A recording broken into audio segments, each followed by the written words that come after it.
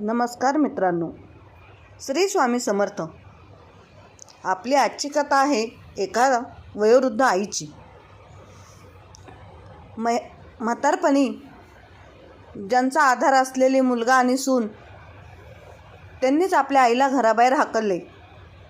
पण नंतर त्याच म्हाताऱ्या आईने आपल्या मुलाला आणि सुनेला असे काही करून दाखवले की मुलाच्या आणि सुनेच्या पायाखालची जमीनच सरकली.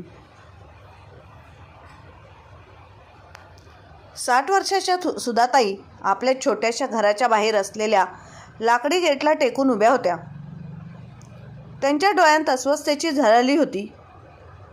त्या सतत रस्त्याकडे डोळे लावून पाहत होत्या. डोळ्यांत वेदना दाटलेल्या होत्या. हातात मात्र 2 चॉकलेट्स होती. त्या अतिशय आतुरतेने कोणाची तरी वाट पाहत होत्या. तेवढ्या समोरून एक रिक्षा येताना दिसली. सुधाताई उत्साहाने गेटचा आधार सोडून पुढे सरसावल्या. पण तोपर्यंत रिक्षा वेगाने पुढे निघून गेली. त्या बिचाऱ्या निराश मनाने पुन्हा गेटला टेकून उभ्या राहिल्या. अचानक त्यांच्या वृद्ध डोळ्यांत चमक आली. चेहऱ्यावर हसू पसरलं. त्या आपल्या गुडघ्यांचं दुखणं विसरून रिक्षाच्या दिशेने धावल्या. आजी, आजी, रिक्षात बसलेल्या मुलांनी आनंदाने हाक मारली. तो आवाज ऐकताच सुधाताईंचा चेहरा आनंदाने उजळला. अरे माझ्या बाळा, आले आले, थांब, त्या उत्साहाने म्हणाल्या. रिक्षामधील दोघांनाही गळ्याशी कवटाळले. मायेचा वात्सल्याचा झरा पुन्हा एकदा वाहू लागला. ही दोघं त्यांचा नातू आणि नात होती. त्यांची आजी त्यांना भेटत होती. सुधाताईंनी दोघांच्या कपाळाचं चुंबन घेतलं. त्यांच्या डोक्यावरून हात फिरवला आणि पुन्हा त्यांना मिठी मारली. 4-5 वेळा हे केल्याशिवाय त्यांच्या मायेने भरलेल्या मनाला समाधानच वाटत नव्हतं. या सगळ्याचा एक नेहमीचा साक्षीदार होता, तो रिक्षावाला. आजीचं नातवंडांवरचं प्रेम आणि मुलांचं आजीविषयीचं प्रेम पाहून तो सुखावला होता. हे दृश्य पाहताना त्याच्याही डोळ्यात पाणी यायचं. रोज शाळा सुटली की तो याच रस्त्यावरून रिक्षा न्यायचा आणि सुधाताईंना त्यांचा हा अनमोल क्षण गमवायचा नव्हता. एके दिवशी नातवंडांच्या डोक्यावरून हात फिरवत असताना सुधाताईंचं लक्ष त्या रिक्षावाल्याकडे गेलं. तो प्रेम भरल्या नजरेने त्यांच्याकडे पाहत होता. सुधाताईंनी विचारलं, अरे तू तर कधी तुझं नाव सांगितलं नाहीस. माझं नाव माधव आहे, तो हसत म्हणाला. माधव हे नाव ऐकताच सुधाताई चकित झाल्या. डोळ्यांतून आसवं ओघळू लागली. त्या हलक्या आवाजात म्हणाल्या, अरे हे तर या 2 मुलांच्या बाबांचं नाव आहे. त्यांचा मोठा रुबाब होता, पण आता कुठे आहेत. सोडून गेले मला अनंत यात्रेला. त्यांचा कंठ दाटून आला. काकू आता निघतो, मुलांना सोडायचंय, रिक्षावाला माधव म्हणाला. हो बाळा, कदाचित गेल्या जन्मी काहीतरी चांगलं केलं असेल म्हणूनच तू मला भेटलास. एवढी काळजी घेतोस माझी. सुधाताईंनी त्याच्या डोक्यावर स्नेहाने भरलेला हात ठेवला आणि भरभरून आशीर्वाद दिले. माधवने भरल्या डोळ्यांनी हलकं स्मित केलं. सुधाताईंच्या डोळ्यातलं पाणी आता गालावर ओघळू लागलं होतं. त्यांनी पदराने डोळे पुसले आणि समाधानी मनाने घराच्या आत निघून गेल्या. ज्या दिवशी मुलांच्या शाळेला सुट्टी असायची त्या दिवशी सुधाताईंचा प्रत्येक क्षण ओझ्यासारखा होत असे. कधी त्या तासनतास गेटला टेकून उभ्या राहत आणि रिक्षा आली नाही की त्यांना कळून चुकत, आज शाळेला सुट्टी आहे. रिक्षावाला माधव नेहमीच हाच विचार करत असे. काय माहीत बिचाऱ्या काकूंच्या आयुष्यात कोणती वादळं आली असतील, ज्यामुळे त्या या परिस्थितीत येऊन उभ्या राहिल्या आहेत. आता उन्हाळ्याच्या सुट्ट्या सुरू झाल्या. माधवच्या मनात विचार आला, काकूंना सांगायला हवं की आता मुलांची शाळा बंद आहे. त्या उगाच तासनतास गेटपाशी उभ्या राहतील. तो त्यांना सांगायला आला. त्या दिवशी माधवला खूप गडबड होती आणि सुधाताईंकडे मात्र भरपूर वेळ होता स्वतःचं दुःख सांगण्यासाठी. सुधाताईंनी त्याला बोलावलं. तो त्यांच्या घरात गेला. घराच्या छोट्याशा अंगणात लाकडी खुर्चीवर बसला. जवळच तांब्यात पाणी भरलेलं होतं आणि 2-4 धार्मिक पुस्तकं ठेवली होती. त्या एकटेपणात तीच त्यांची सोबत होती. काही दिवस मुलांना भेटू शकणार नाही हा विचार करून सुधाताई निराश झाल्या होत्या. त्या माधवजवळ दुसऱ्या खुर्चीवर बसल्या आणि त्याने विचारपूस करायला सुरुवात केली. बोलता बोलता जुन्या आठवणी उलगडू लागल्या. कधी काळी मी या घरात सून म्हणून आले होते, मग आई झाले आणि आता आजी.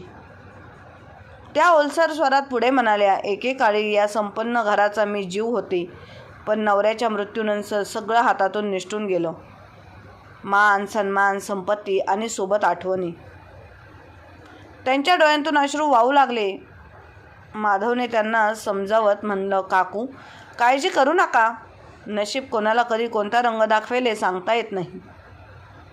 सुधाताईंनी हसून दुःख लपवलं. बोलायला सोपं आहे बाळा, त्या म्हणाल्या. माझा मुलगा खूपच शहाणा आणि आज्ञाकारी होता. मी नेहमी म्हणायचे, असा मुलगा तर नशीबवानांनाच मिळतो. त्याच्यासाठी शिकलेली, सुसंस्कृत आणि चांगल्या घरातली अंकिता सून म्हणून आणली. मला वाटलं माझं नशीब उजळलं. शेजारनी तिला पाहून मुग्ध व्हायच्या. मी अभिमानाने म्हणायचे, माझी सून म्हणजे सोनं आहे. एवढी सुंदर आणि शिकलेली, गल्लीभर कोणाकडेही अशी सून नाही. मी तिच्यावर मनापासून प्रेम केलं. लग्नानंतर मुलालाही प्रमोशन मिळालं. मुलाला चांगला पगार मिळू लागला आणि त्याने एका प्रतिष्ठित सोसायटीत स्वतःचा फ्लॅट खरेदी केला. मीही आनंदाने मुलगा आणि सुनेसोबत राहायला गेले. काही दिवस सगळं सुरळीत चाललं होतं, पण अचानक परिस्थिती बदलली. चंद्रासारखा उजळ चेहरा असलेली सून कधी ज्वालामुखी झाली हे मला कळलंच नाही. मुलगाही छोट्या छोट्या गोष्टींवरून चिडचिड करू लागला. पण आजवर मला समजलं नाही माझी चूक नक्की काय होती. घरातील मोठी व्यक्ती म्हणून मला एवढंच वाटायचं की माझ्या अनुभवावरून माझी मुलं काहीतरी शिकावीत. पण त्यांना माझं कोणत्याही गोष्टीत बोलणं मान्य नव्हतं. त्यांना फक्त एवढंच हवं होतं की मी गप्प राहावं, फक्त 2 वेळाच जेवावं, पण कोणत्याही बाबतीत माझा सल्ला द्यायचा नाही. अंकिता नेहमी बाहेर पार्टी करायला जात होती. एक दिवस तर हद्दच झाली. रात्री 10 वाजून गेले होते तरी ती अजून परत आली नव्हती. निलेश बाल्कनीत उभा राहून तिची वाट पाहत होता. त्याच्या चेहऱ्यावर स्पष्ट तणाव दिसत होता. तेवढ्या स्कूटीचा हॉर्न ऐकू आला. गेट बाहेर अंकिताला पाहून आम्हा लेकाचा जीव भांड्यात पडला. अंकिता घरात आली तेव्हा मला राहवलं नाही. मी तिला म्हणाले, एवढ्या रात्री बाहेर राहणं योग्य नाही. सुसंस्कारित घरच्या सुनांना असं शोभत नाही. शिवाय बाहेरची परिस्थितीही तू जाणतेसच. मी एवढंच म्हणाले होते आणि अंकिताने मोठा तमाशा केला. तिने मला इतकं सुनावलं जे शब्दांनी सांगता येणार नाही. रागाने ती सरळ खोलीत निघून गेली आणि निलेश तो तिला समजण्याऐवजी माझ्यावरच जरफळाट करत होता. मला हेच समजलं नाही मी नक्की कुठे चुकली होती. सून म्हणजे घराची इज्जतच असते नाही का? तिला रात्री अपराधी रस्त्यावर कसं भटकू द्यायचं? शेवटी एका महिलेला स्वतःच्या सुरक्षिततेबद्दल स्वतःचा विचार करायला हवा. हे खरंच. त्या रात्री दोघींनीही जेवण केलं नाही. कितीतरी दिवस ते दोघेही माझ्या या वागण्यामुळे नाराज राहिले. निलेश कायम अंकिताच्याच बाजूने बोलायचा, पण तो कधी विचार करत नव्हता की कोणती आई आपल्या मुलाबद्दल वाईट विचार करेल. सुनेच्या आणि मुलाच्या या वागण्यामुळे मी कंटाळून गेले होते. म्हणून वेळ घालवण्यासाठी मी घरच्या घरी लोणचं घालायला लागले. त्यातून 4 पैसेही मिळत होते, पण सुनेला ते मान्य नव्हतं. नेहमी ओरडायची, आई सगळ्या घरात लोणच्याचाच वास पसरतो. दिवसभर कोण ना कोण लोणचं घ्यायला येत असतं. हे माझं घर आहे, तुमचं दुकान नाही. ते बंद करा. अंकिताला माझं काम आवडत नसल्यामुळे निलेशने मला लोणचं घालू दिलं नाही. हळूहळू वेळ निघून गेला. सुनेला जुळी मुलं झाली, 1 मुलगा आणि 1 मुलगी. आजी झाल्यावर मी खूप आनंदी झाले. मला जगण्यासाठी एक नवीन कारण मिळालं. पण अंकिता, ती मला नातवंडांजवळ फिरकूही देत नव्हती. मी त्यांना प्रेमाने उचललं, त्यांच्याशी खेळले, तरी तिच्या चेहऱ्यावरचा राग स्पष्ट दिसायचा. पण जसं जसं नातवंड मोठी होत गेली तसं त्यांचं माझ्यावरचं प्रेम वाढत गेलं. माझी दोन्ही नातवंड माझ्यावर जीव लावू लागली. दिवसभर माझ्या मागे आजी आजी करत राहायची. पण सुनेला हे आवडायचं नाही. एके दिवशी तिने निलेशसमोर मोठा वाद घातला. तुमच्या आईमुळं मुलं बिघडत आहेत. मोठा मुलगा मला उलटं उत्तर देतो आणि छोटी अभ्यासाकडे लक्ष देत नाही. आईमुळेच हे सगळं होतं हे ऐकताच निलेश माझ्यावर भडकला. आता तर सुनबाई रोजच कोणत्या ना कोणत्या कारणावरून माझा अपमान करू लागली आणि निलेश शांत राहायचा. तरीही मी कसतरी सहन करत होते. एक दिवशी मी बाथरूममध्ये घसरून पडले. त्यामुळे काही दिवस देवळात जाऊ शकले नाही. पण ही गोष्टही सुनबाईला सहन झाली नाही. तिला फोनवर बोलताना ऐकलं. ही बाई फक्त घरात बसून असते. आधी निदान देवळात तरी जात होती. तेव्हा तरी मला थोडा आराम मिळायचा. घरी राहिली की फक्त मुलांच्या खाण्यावर लक्ष ठेवते. आता काहीतरी निर्णय घ्यायला हवा. हे ऐकताच मी सुन्न झाले. मी मुलांच्या खाण्यावर लक्ष ठेवत होते आणि निर्णय घ्यायला हवा म्हणजे काय? हद्द तर तेव्हा झाली जेव्हा निलेशने माझ्यावर आघात केला. आई, तुला ना आराम मिळतो ना मनशांती. तुला वृद्धाश्रमात पाठवलं तर तिथे सुखाने राहशील. माझे डोळे मोठे झाले. मी विचार करत होते, ज्याला मी मुलगा समजत होते तो खरंच माझा होता का? माझ्या डोळ्यांसमोर सगळं काळवंडलं. मी मोठमोठ्याने रडू लागले. पण स्वतःला सावरलं. वृद्धाश्रमात आश्रित होणं मला कधीच मान्य नव्हतं. माझ्या शरीराची साथ अजून तरी होती. मी पिशवीत कपडे भरले आणि जड मनाने भरलेल्या डोळ्यांनी माझ्या घरात परत आले. हो, मी एकटी राहते, पण आत्मसन्मान आणि स्वाभिमानाने जगते. फक्त माझा जीव मात्र नातवंडांमध्ये अडकला आहे. त्यांची व्याकुळ नजर मला अजूनही आठवते. त्या दिवशी मी घर सोडलं त्यानंतर कित्येक महिने मी नातवंडांच्या आठवणीत तडफडत होते. 2 वर्ष उलटून गेली. सुधाताईंचा कंठ दाटून आला. माधव बाळा, आता एकटं राहायची सवय झाली आहे. पण उतार वयात आजारी पडले तर कोण पाहणार हाच विचार येतो. त्यामुळे रोज सकाळी व्यायाम करते. शेजारच्या बायका येतात, गप्पा मारतात, मला पण समजवतात, राहतात. मोहाचा त्याग कर, भक्तीचा आधार घे. हेच तुला भावसागर पार करून नेईल. काही वेळ पुस्तकांच्या सहवासात रमत असते. संध्याकाळचा वेळ शेजारच्या बायकांबरोबर गप्पा मारण्यात जातो. पण दुपार मात्र मुलांच्या वाट पाहण्यातच निघून जाते. बोलता बोलता अचानक त्या उठल्या आणि माधवला म्हणाल्या, तू थांब, मी आता येते. थोड्याच वेळात त्या 2 ताटांमध्ये लोणच्याबरोबर गरम चपात्या घेऊन आल्या. प्रेमळ हसत म्हणाल्या, माधव बाळा, जेवणाची वेळ झाली आहे. तुला पण भूक लागली असेल. आणि तसंही किती दिवस झाले कोणाबरोबर शांतपणे जेवले नाही. सुधाताई हलकसं, आणि तसंही किती दिवस झाले मी कोणासोबत जेवले नाही. तो प्रेमाने त्यांच्यासमोर बसला. पहिला घास घेताच त्याच्या तोंडून सहज निघून गेलं. काकू, लोणचं तर अप्रतिम झालंय. सुधाताई हलकसा हसल्या. माझ्याच हातचं आहे ना. आता एकटाच जीव रोज भाजी बनवत बसणं अवघड जातं, म्हणून मी लोणच्याबरोबरच जेवते. बाकीच्या बायकाही माझ्याकडून लोणचं करून घेतात. थोडे पैसे मिळतात, त्यावरच संसार निभावते. माधवचं मन भरून आलं होतं. एवढ्या दिवसांनी आईच्या प्रेमाने भरलेला घास त्याच्या तोंडात पडला होता. तो गहिवरून गेला. जेवण झाल्यानंतर तो निघू लागला तेव्हा सुधाताई पटकन आत गेल्या आणि लोणच्याचा डबा भरून बाहेर आल्या. हे घे बाळा, तुला खूप आवडलं ना, मग थोडं घेऊन जा, माझ्या मनाला बरं वाटेल. त्या क्षणी माधवच्या डोळ्यात पाणी आलं. त्याला आईवडील नव्हते, पण त्या क्षणी सुधाताईंच्या मायेने त्याच्या आयुष्यातल्या रिकाम्या जागा भरून गेल्या होत्या. काही दिवस उलटून गेले. एक दिवस सकाळीच माधवला वाटलं आज काकूंना भेटायला हवं. तो तत्काळ तयार होऊन सुधाताईंच्या घरी पोहोचला. त्या अंगणात बसल्या होत्या. माधवला पाहून आनंदावल्या, पण पुढच्या क्षणी त्यांच्या चेहऱ्यावर उदासीनतेची छटा उमटली. त्या हळूवार स्वरात म्हणाल्या, माधव, मुलांना किती दिवस सुट्टी आहे? त्यांच्या वाटेकडे डोळे लागलेत माझे. माधव हतबल झाला. काकू, आता मी काय सांगू? त्यांच्या आईवडिलांनी त्यांना हॉस्टेलला पाठवले. आता ते तिथेच राहून पुढचं शिक्षण घेणार. काय? सुधाताई डचकल्या. क्षणभर त्यांचा श्वास थांबल्यासारखा वाटला. माझ्या नातवंडांना माझ्यापासून दूर केलं त्या दोघांनी. हे बरोबर नाही केलं. त्यांच्या गोड चेहऱ्यांनीच मी उरलेले दिवस जगत होते. आता सांग माधव, मी कशी जगू? त्या कोसळल्या.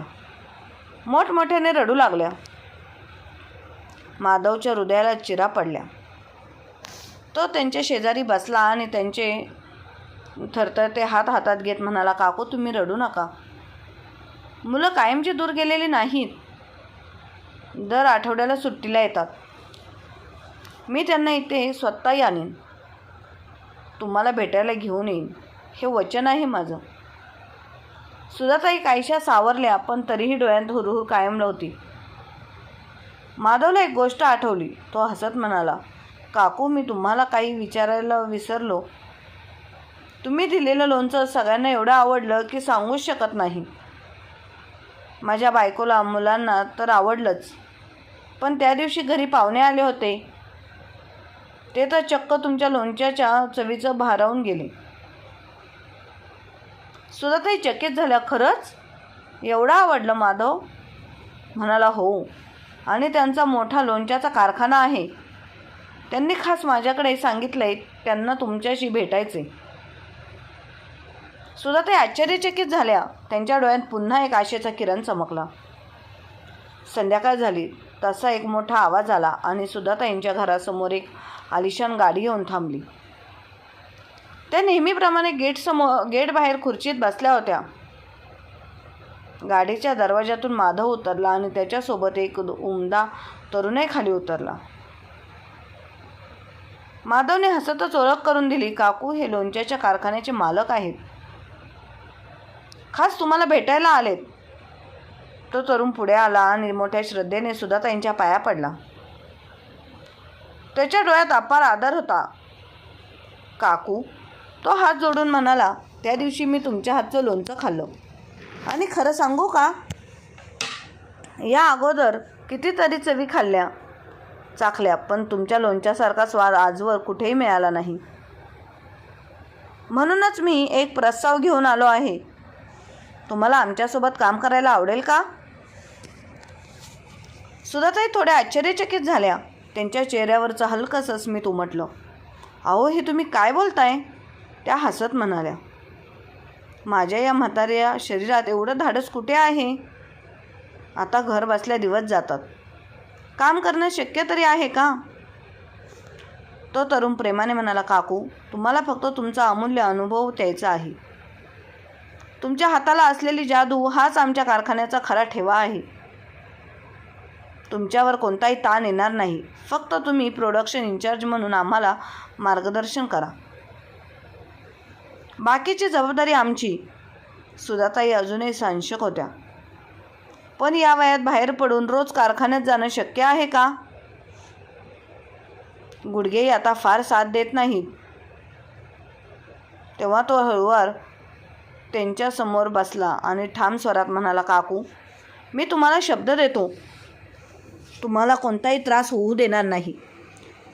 रोज तुम्हाला गाडी घ्यायला येईल आणि तुम्ही फक्त तुमच्या अनुभवाच्या आधारावर लोणचं बनवणाऱ्या टीमला मार्गदर्शन करायचं. बाकी काहीही करायचं नाही. सुधाताई विचारात पडल्या. खरंच? घरी बसून त्या काय करायच्या? दिवसभर एकटं राहणं कठीण झालं होतं. माधवने त्यांच्या खांद्यावर हात ठेवला. काकू, तुम्ही निश्चिंत राहा. सगळं सुरळीत होईल. फक्त तुम्ही होकार द्या.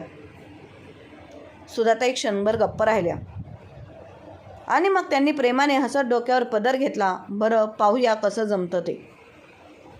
दुसऱ्या दिवशी एक गाडी त्यांना घ्यायला आली. पहिल्यांदाच त्या इतक्या दिवसांनी घराबाहेर पडत होत्या. कारखान्यात आल्या तेव्हा सगळ्यांनी त्यांचं मोठ्या आदराने स्वागत केलं. त्यांच्या सल्ल्याने लोणच्याचा स्वाद अजून खुलू लागला.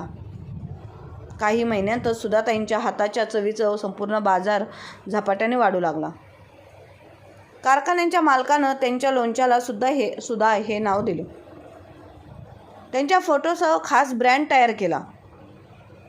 मोठमोठ्या शहरांमध्ये त्यांच्या लोणच्याच्या जाहिराती झळकू लागल्या. सुधाताई आता फक्त एक सामान्य गृहिणी नव्हत्या, तर त्या आत्मनिर्भर झाल्या होत्या. लोक त्यांच्याकडे आदराने पाहू लागले. माधवने त्यांच्या यशाचा आनंद साजरा करत आपल्या रिक्षाच्या मागे सुधा लोणचं, खास काकूंच्या हातचं, असं मोठं बॅनर लावलं.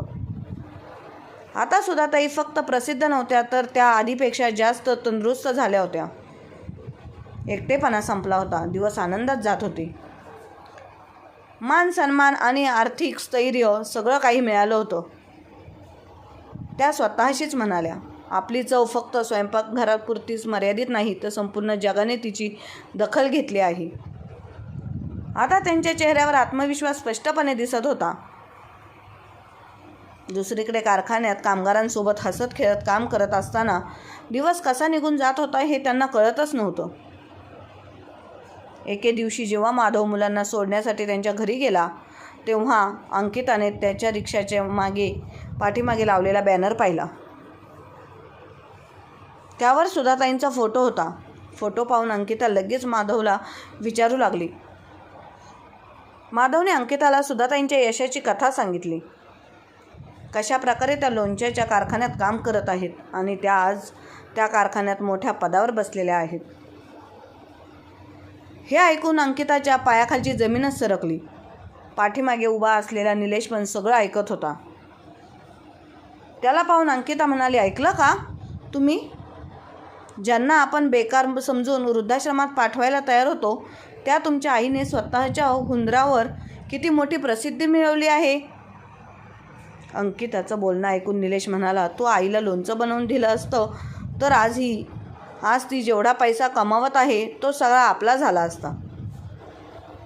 वेळ जात होता आणि एक दिवस अंकिताने सुधाताईंना फोन केला. आपल्या सोनबाईंचा फोन ऐकून सुधाताई थोड्या चकित झाल्या आणि जेव्हा त्यांनी फोनवर ऐकले तेव्हा त्या स्तब्ध होऊन गेल्या. त्यांची सुनबाई रडत रडत सांगत होती, निलेशचा ॲक्सिडेंट झाला आहे आणि त्याला खूप इजा झाल्या आहेत. त्याची अवस्था गंभीर आहे. त्याला शहरातील सर्वात मोठ्या हॉस्पिटलमध्ये ॲडमिट केलं आहे. हे ऐकून सुधाताईंच्या पायाखालची जमीन सरकली. मुलाच्या मोहामुळे त्यांनी त्वरित निलेशला भेटायला हॉस्पिटलमध्ये जाण्याचा निर्णय घेतला. हॉस्पिटलमध्ये पोहोचल्यावर त्यांनी जे दृश्य पाहिलं ते पाहून त्यांचं काळीज चिरलं होतं. त्यांचा मुलगा निलेश हॉस्पिटलच्या बेडवर पडून तडफडत होता आणि अंकिता आपला लाचार अवस्थेत चिंतित बसून त्याच्याजवळ रडत होती. सुधाताईंना पाहून अंकिता पटकन उठली आणि त्यांच्या गळ्यात पडून मोठ्याने रडू लागली. आई, बघा ना, हे काय झालं सगळं. अंकिता म्हणाली, आई, काळजी करू नकोस, सगळं व्यवस्थित होईल. असं म्हणून सुधाताईंनी तिला दिलासा दिला. नंतर त्या आपल्या मुलाजवळ जाऊन बसल्या. सुधाताई आपल्या मुलाला आणि सुनेला दिलासा देत होत्या, पण त्यांचं मन मुलाची अवस्था पाहून आतून रडत होतं. स्वतःला सावरून सुधाताईंनी विचारलं, अंकिता, डॉक्टर काय म्हणाले? तेव्हा अंकिता रडत म्हणाली, आई, त्यांच्या खुब्याचे हाड फ्रॅक्चर झालं आहे. डॉक्टरने हिप रिप्लेसमेंटची शिफारस केली आहे. शरीराच्या इतर भागावरही गंभीर इजा झाल्या आहेत. डॉक्टरांनी जवळजवळ 50 लाख रुपये खर्च सांगितला आहे. पण बँकेत ठेवलेले पैसे आणि FD मिळून 30 लाख रुपये होतात. राहिलेल्या पैशांची जुळणी कशी होईल? हाच विचार करत माझं मन घाबरलं आहे आणि त्यातच यांची अवस्था. सुधाताईंनी संयम आणि धैर्याने परिस्थिती हाताळली आणि सुनबाईंच्या डोक्यावर हळुवारपणे हात ठेवून म्हणाले, सुनबाई, चिंता करू नकोस, मी आहे ना, मी सगळं सांभाळते. तू फक्त निलेशची काळजी घे. सुधाताईंनी पटकन पैशाची व्यवस्था केली आणि निलेशचं ऑपरेशन यशस्वीपणे पार पडलं. निलेश काहीच दिवसात व्यवस्थित चालू लागला आणि आता तो घरी आला होता. पण राहून राहून त्याला एकच गोष्ट सतावत होती. त्याला जाणवलं की त्याने आणि अंकिताने आईला अजिबात चांगली वागणूक दिली नाही आणि त्याच्यावर संकट आलं तर आईने एक क्षणही विलंब न करता मदत केली. पश्चातापाने भरलेल्या निलेश आपल्या बायकोला घेऊन सुधाताईंच्या कारखान्यात पोहोचला. हात गेल्यावर सुधाताईविषयी विचारल्यावर माहीत झालं की त्या कारखान्याच्या मालकाबरोबर मीटिंग घेत आहेत. काही वेळाने जेव्हा त्या बाहेर आल्या, आपल्या मुलाला आणि सुनेला पाहून आनंदित झाल्या आणि त्यांना आपल्या ऑफिसमध्ये घेऊन गेल्या. चहा मागवला आणि निलेशच्या तब्येतीची चौकशी करू लागल्या. पण स्वतःच्या वागणुकीने शर्मिंदा झालेला निलेश आणि अंकिता बोलू शकत नव्हते. दुसरीकडे आपल्या आईचा असा रुतबा पाहून निलेशच्या मनात त्याच्या कर्मावर पश्चाताप होऊ लागला. शांतता तोडून तो म्हणाला, आई, तू आता आमच्याबरोबर राहणार. आम्ही दोघं तुला घरी न्यायला आलो आहोत. आम्ही दोघांनी तुझ्याबरोबर वाईट व्यवहार केला तरीही तू आमच्यावर खूप मोठे उपकार केलेस. आम्हाला खूप लाज वाटत आहे. सुधाताईंनी शांतपणे उत्तर दिलं, उपकार तर तू माझ्यावर केलीस. निलेश, तुझ्या घरातून मला बाहेर काढून जर तू मला घरातून बाहेर काढलं नसतं तर आज मी ही अपमानित आयुष्य जगत राहिली असती. तुझ्या घरातून बाहेर पडल्यावरच मला योग्य दिशा मिळाली आहे. निलेश बाळा, म्हातारी आई घरातलं जुनं सामान नसतं. ज्याला जेव्हा हवं तेव्हा फेकून दिलं आणि जेव्हा हवं तेव्हा वापरलं. माझ्या नातवंडांसोबत हसणं बोलणं पण तुम्हाला मान्य नव्हतं. आता परत जाण्याचा प्रश्न नाही. सुधाताईंचं बोलणं ऐकून निलेश आणि अंकिता दोघंही नतमस्तक झाली. दोघांनी माफी मागितली, पण सुधाताईंनी त्यांना माफ करण्याचा निर्णय घेतला नाही. त्याचवेळी कारखान्याचे मालक ऋषिकेश स्टाफसोबत मोठा केक घेऊन ऑफिसमध्ये आले आणि सगळे एकत्र होऊन म्हणाले, मॅडम, वाढदिवसाच्या खूप शुभेच्छा. हे पाहून निलेश आणि अंकिता पाणी झाले. त्यांना हे पण माहीत नव्हतं की आज सुधाताईंचा वाढदिवस आहे. सगळे लोक सुधाताईंच्या आजूबाजूला गोळा होऊन वाढदिवस साजरा करण्यात मग्न झाले आणि निलेश व अंकिता कोपऱ्यात उभे राहून शांततेत ते दृश्य पाहत होते. शेवटी त्यांना आपल्या दोघांच्या वागणुकीचा पश्चाताप झाला, पण त्यांना पश्चातापाशिवाय त्यांच्यापुढे दुसरं काहीच नव्हतं. कारण त्यांना त्यांच्या आईने घरी येण्यास नकार दिला होता आणि सुधाताईंनी त्यांना सांगितलं होतं की आता मी पुन्हा तुमच्यासोबत कधीच येणार नाही. धन्यवाद. तुम्हाला आजची कथा आवडली असेल तर शेअर, सबस्क्राईब नक्की करा.